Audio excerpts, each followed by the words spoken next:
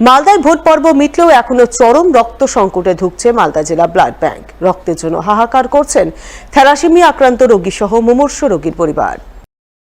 উল্লেখ্য, মালদায় গরম পড়তে না পড়তেই দেখা দিয়েছিল রক্ত সংকট, যা প্রখর দাবদাহের পরিস্থিতিতে চরম আকার নিয়েছিল। তার উপর ভোট এসে পড়ায় মালদায় রক্তের চাহিদার সঙ্গে যোগানের বিশাল ঘাটতি দেখা দিয়েছিল।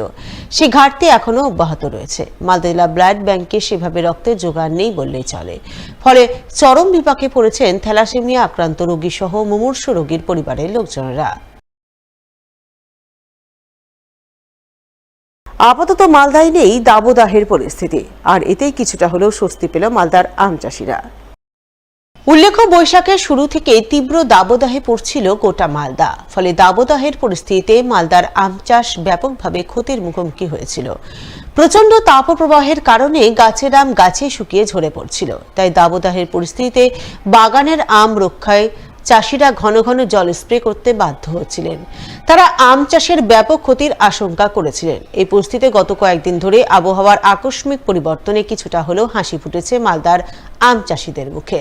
কারণ আপাতত মালদায় দাবদাহের পরিস্থিতি নেই, তাপমাত্রা এক ধাক্কায় অনেকটাই নিচে নেমে এসেছে। তার উপর জেলার বিভিন্ন প্রান্তে ইতিমধ্যে অল্প বিস্তর বৃষ্টিও হয়েছে। ফলে হাসি ফুটেছে আম চাষিদের মুখে।